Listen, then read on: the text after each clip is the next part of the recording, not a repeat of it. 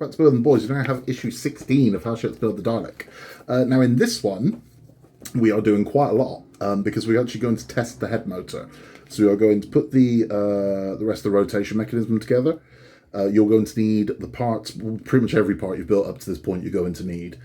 And we are going to test the motor.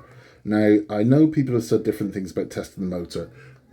Motor tests are exactly that, a test, okay? You are not seeing it run at its full speed, you're not seeing it run at its full power, you're not seeing everything it does or doesn't do. It is a test, that's all it is. Does it work? Yes, that's it. So when this thing's actually done, it's got whatever power source it is in it, it's got to work very differently to how it currently works. That's been the same with every model we've ever done. You'll see things that, well, it moves too slow. Okay, well, when it's got the actual power source in it, it'll move a lot more power, it'll move a lot faster. So that's what we're doing. So we are doing quite a lot. I mean, it looks a lot, but I don't think it is. I think it's a lot of it's just snapping stuff together because we've already built it all, you know. So there's a lot of that. These look like pins and pegs that we're holding everything together with, but it'll be good. We're going to get to see this thing working. Hopefully, well, the head rotating very slowly, I would imagine. But again, it might just go, I don't know what's going to do. It might just go one way round. But again, when this thing is actually built properly with the power supply and the proper motherboard in there, it will go in multiple directions. We are going to be talking, sci-fi talking in this one, we're talking about the next part of Chimera. Which, I don't know, I kind of wish I'd never go back and watched it, to be honest with you. I wish I just had this memory of it being a great show, because it's just not. But we'll talk about Chimera as well. If you haven't yet, please remember to like and subscribe, helps the channel massively. But without further ado, let's get this one open and let's get this one built. Okay, so something else to show you. We've got a free gift with this pack, and this is this little toolkit here. Now, I'm interested, and I'll tell you why. Because it's a lovely little toolkit. It's fine. I'm sure the tools are okay in it. But I wonder if we're going to be using all of these. Because we've got these two very long screwdrivers here, which is interesting. Because one of these is flathead, which is interesting. And we have a craft knife here. Tweezers. We have what appears to be, we need nose pliers. What appears to be wire snips. But these have me intrigued. So we have two different types of file. I hope we're not filing stuff, but I don't know. I don't know if it's just a generic toolkit they've slapped Dalek on the front of and given to us, or if we're genuinely going to need all of these tools on this build. I don't know. But if we do, well, at least we've got them.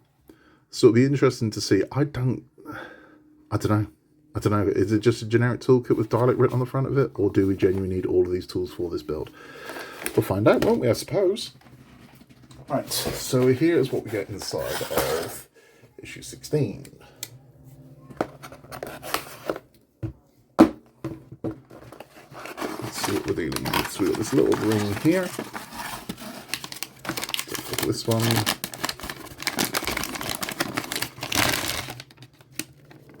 Nothing else in there. Good. So we have this one here with the teeth.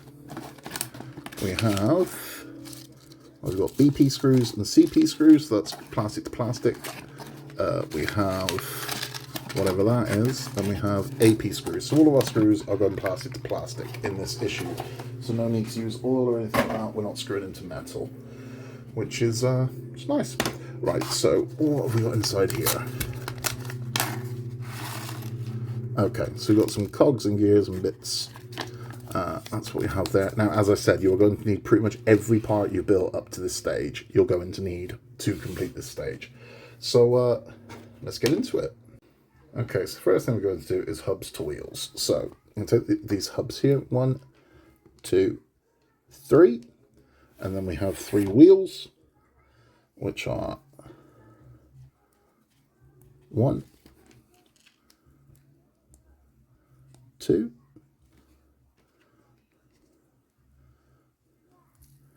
and 3. So let's move these over here. And the next thing we've got, let's move these parts as well. The next thing we're going to do is bring up the metal disc from issue 14. Okay, so taking our metal disc here, what we're going to do is going to flip this one over, and each of these wheels is going to push through to the other side. Now these are D-shaped. That's not really coming through very well. But you can see this is a D shape here, so they're only going to go in one way. So they will go. I'll take a bit of play, but I'll go. Oh, I absolutely spammered that. Right, which way around is the flat part? There we go, there's the flat. push these through. There we go. So that's the first one in, and that feels snug as well. That feels really secure once that's in, so that's good. Number 2 is going to go in here.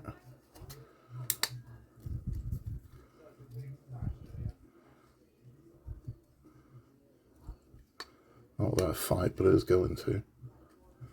Come on.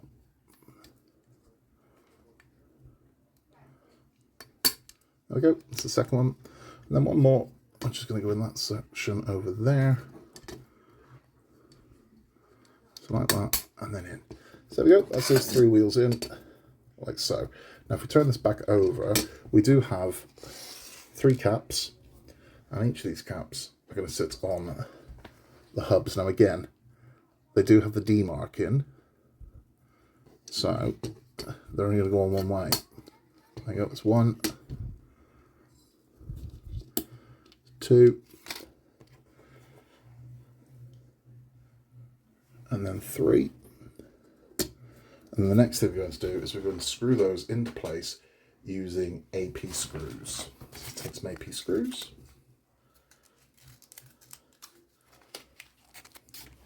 Which are these here. And then we're going to quite simply screw these into place. Do I use, you know what, let's use the new screwdriver. Let's see how it works, how it feels. Or do I want to use Old Faithful? No, I'm going to use the new one. They've given us a screwdriver, let's use it, right? And it's magnetised, that's lovely. Right. Doesn't feel great, I'll tell you that now. It feels cheap.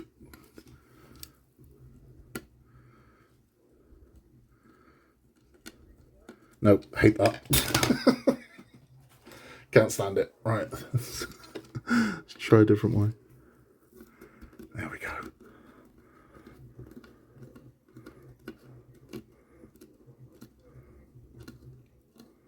Okay, don't overscrew it because this is plastic and you might think you're tightening it up when you're not, when you're actually just destroying the plastic.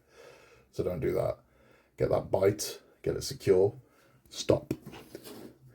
Okay, so number 2 is going to go in over here. Yeah, because if you keep going, all you're going to do is you're going to chew out the plastic. You're going to crack it, and there's nothing you can do about that. Once that's done, that's done. So don't. Find that bite. Once you have a bite, maybe another half turn, and then stop.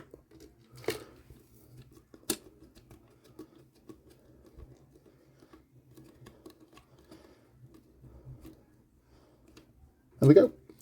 So that's all those in. Next thing we're going to do is move this to one side, and we're going to bring up the plate that we made from the last issue. Okay, so taking our plate from the last issue, we're going to take the piece from this issue, and we're going to slot this over here, line it up. There we go. And that will push through. And then we have that one there. And we are going to fit the cogs, the centre, the race screw sockets and part. 15 screw holes in process. Now the screw holes are spaced differently on each side so the ring is fitted in the correct orientation. Fix the ring in place with 6 CP flange screws. Which is weird because in the instructions it tells you to use AP screws, which is dodgy, so that's a misprint. So it's CP screws are holding this one in place. So have we got this in the right orientation? I don't think we have. I see. Right. So it's not a case of any way, it's a very specific way. I think I got it right the bloody first time, you know. I did.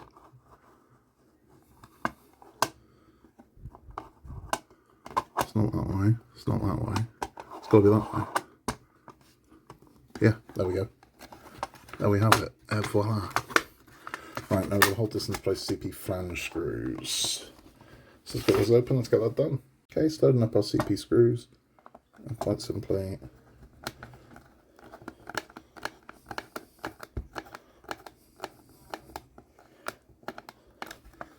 one, 6 of these to go in.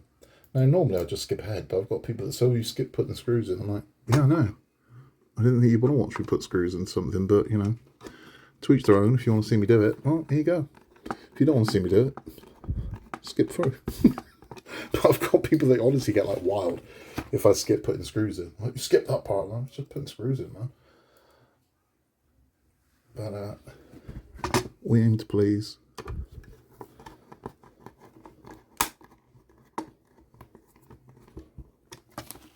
It's 3.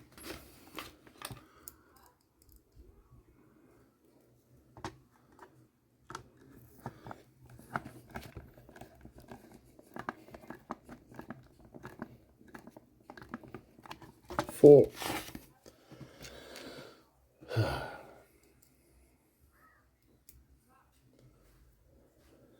5.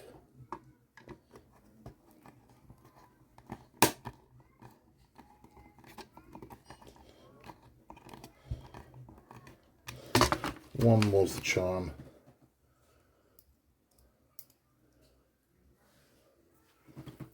And there is 6.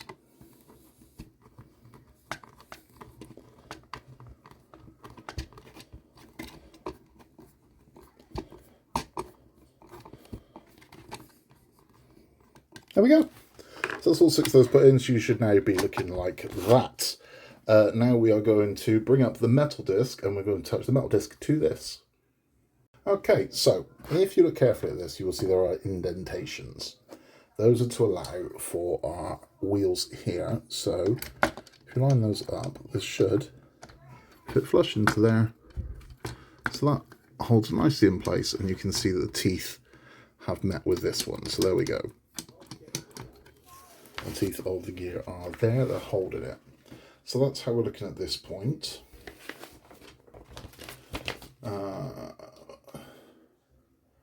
Gently press the circular plate and rotate it so the 3 locating wheels are moved away from the recess cog. I see what you're saying. All right. There we go. So we moved those away. Let's go a bit more. Ooh. Okay. Take the dome assembly from issue task. So we need to bring the dome up. Okay, so we're going to dome up and we're going to slot this in.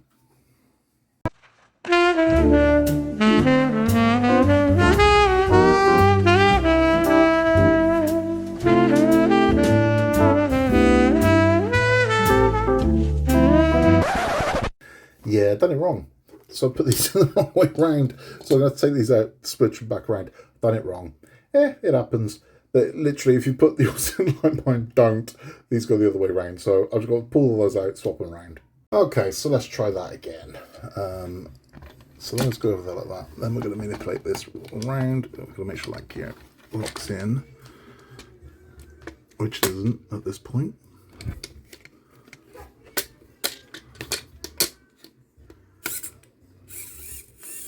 There we go. Now that's locked in. Now that makes sense. Now we're going to bring the dome up and fit it to this. This bit's important. Before we fit this to the dome, we're going to thread the wire through. So this wire is going to come through here, like so. So that's how it's going to appear outside of the dome. Let's bring the dome up. Okay, let's bring our dome up. Now, the one thing I can tell you is even though we are securing this, we're going to have to take it apart again because we're missing 2 wires from this board. Now, unless they just don't, nothing goes in there, which I can't see, at some point this is coming back off, which makes it weird that we're doing this now, but yeah, that's what it is. So yeah, it's got to, at some point this has got to come back off, because how else are we going to get those wires in? Because I'll be buggered if I'm doing it blind, because that's what it's going to need us to do, and yeah, I won't be doing that. That's for fact. Right, so let's get the metal disc. Okay, so let's pop our disc in.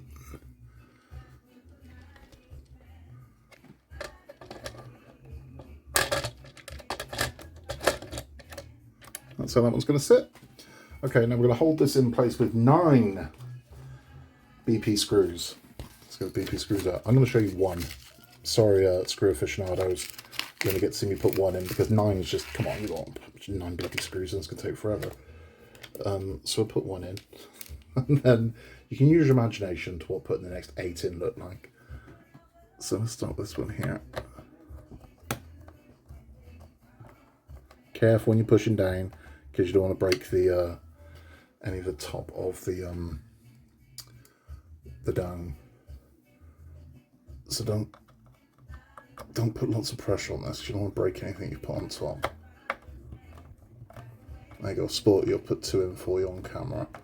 Right, and I'm going to put the other 7 in, and we'll have a look what it looks like. Right, let's take your battery pack and the extender wire.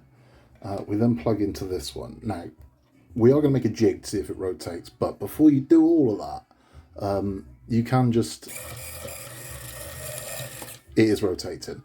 But we're going to flip this one over. We're going to put something underneath this to see if we can get it to a full rotation and see what it looks like. Okay, now it's time to play Will It Rotate? Whoop. Yes, it will. But I need the distance to do it. Blimmin' heck. Here he comes. Whee!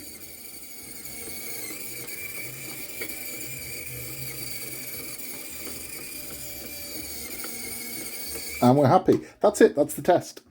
So it works. That's good, right? Now, this has now got very heavy. So this piece here with everything in it is actually quite heavy. Now, as I said, you're going to have to take the ring off because I've just noticed the letter on the piece which is plugged into the test board is M, which means we're going to have to plug that back into the test board at some point. That's going to have to happen. That's what it is. That's what it is. So, yeah, it's the annoyance of part where you put them together to take them apart again. But that's going to happen. We're going to have to take them apart to plug that wire into the motherboard and the head. That's what it is. That is it for the dome for a while. We are moving on to the lower part now. That's going to have the alien in it and basically the steering, I suppose, the console. So if you know a Dalek, inside there is the Dalek mutant. The actual Dalek itself is like a mutant. It's not the armour it's driving. So the mutant itself has controls. So we're going to build that. That's what's going to be the next at least 10 issues, I think. So very different. We're moving away from the mechanics and the kind of big metal pieces and things like that. We're moving on to building that thing's kind of habitat. But it'll be good. But it works. I mean, I'm actually surprised how fast that moves on, a few AAAs or AA's or whatever it is. So the actual power source, that thing will be, it'll be good. I mean, this thing's going to drain a lot of power. I mean, with the lights, the sounds, the movements and whatnot, it's going to need some serious power source. I'm just curious what that's going to be. But we'll find out, won't we? That's all for the build instructions. If you are just sticking around with the build instructions, thank you for stopping by. Please remember to like and subscribe. Helps the channel massively. Stick around for our sci-fi talks. We're talking about my old mate Chimera again, which is this guy here.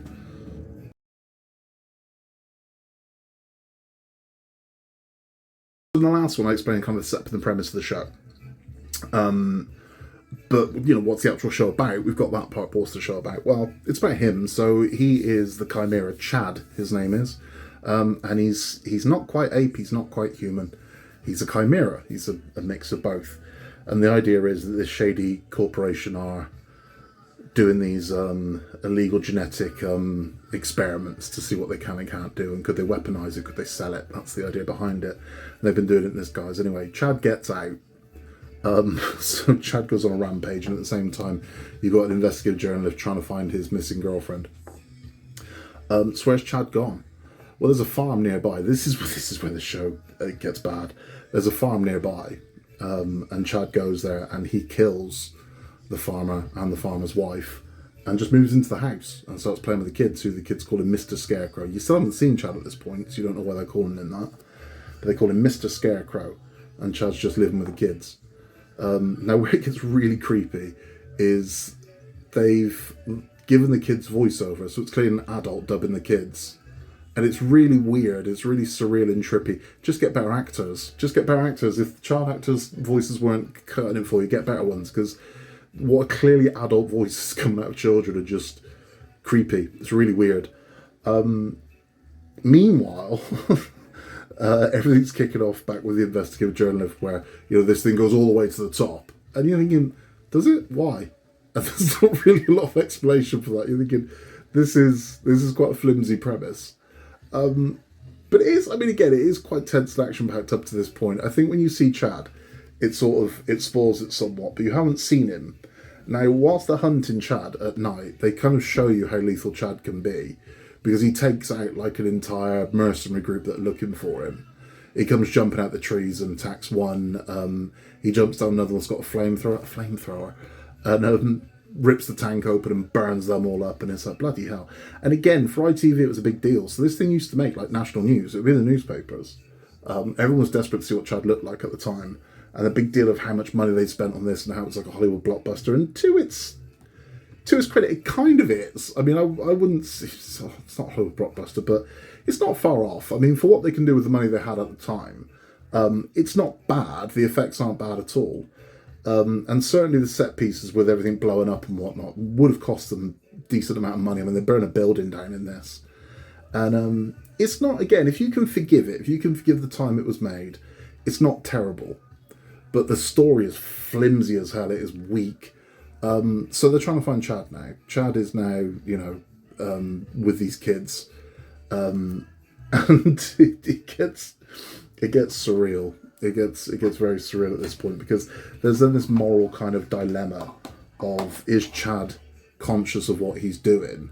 You made him. You made a monster. You can't blame a monster for being a monster if you made a monster, which is all good and well.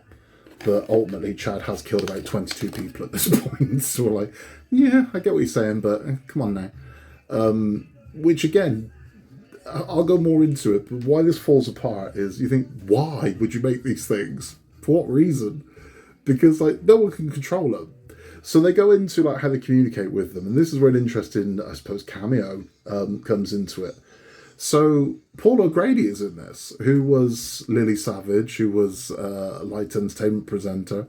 Paul O'Grady, he plays a sign language interpreter. And it turns out they've been teaching the chimpanzees at this base sign language, to teach them how to sign. And they ask them what happened. And the chimpanzee is, doing his sign language and telling them Chad escaped. They're like, who's Chad? And they don't know, and this is how they find out. So you've now got the police looking for Chad, the investigative report looking for Chad, and the company themselves looking for Chad. Why do they call him Chad? I don't know. That's never explained either. Just Chad. Oh, okay. But it's a ridiculous premise. But again, I remember it so fondly, and it just doesn't come across that way, which sadly is true of a lot of the British sci-fi I've looked back on. When I've looked back at what I'm doing for this, and there's a few that are honestly mental, they did not age well. And I think that's telling with a lot of sci-fi. The future's not as futuristic as we thought it was going to be. I mean, here we are, 10 years past the 2015 we were promised in Back to the Future 2. Where's my hoverboard? Where's my hoverboard, damn it? So it's what it is. But as I said, all of the entire show is available on YouTube. You can watch it. I wouldn't, but you can. But we'll be back very soon with issue 17, and we'll also be talking about what happened next to Chad, and then the last one will be the fallout of this show. What did it cause? What did it create? What did it lead to? Which is interesting. That's all from me. If you've got any comments, questions, or anything like that, you can reach us at buildingtheboys@outlook.com. If you haven't yet, please remember to like and subscribe. It helps channel massively. You got any questions, you can pop in the comments down below if you want to. But in a world where you can be anything at all, just be nice. And I'll see you very soon for issue 17 of Hachette's Build the Dalek. Take care, and I'll see you then.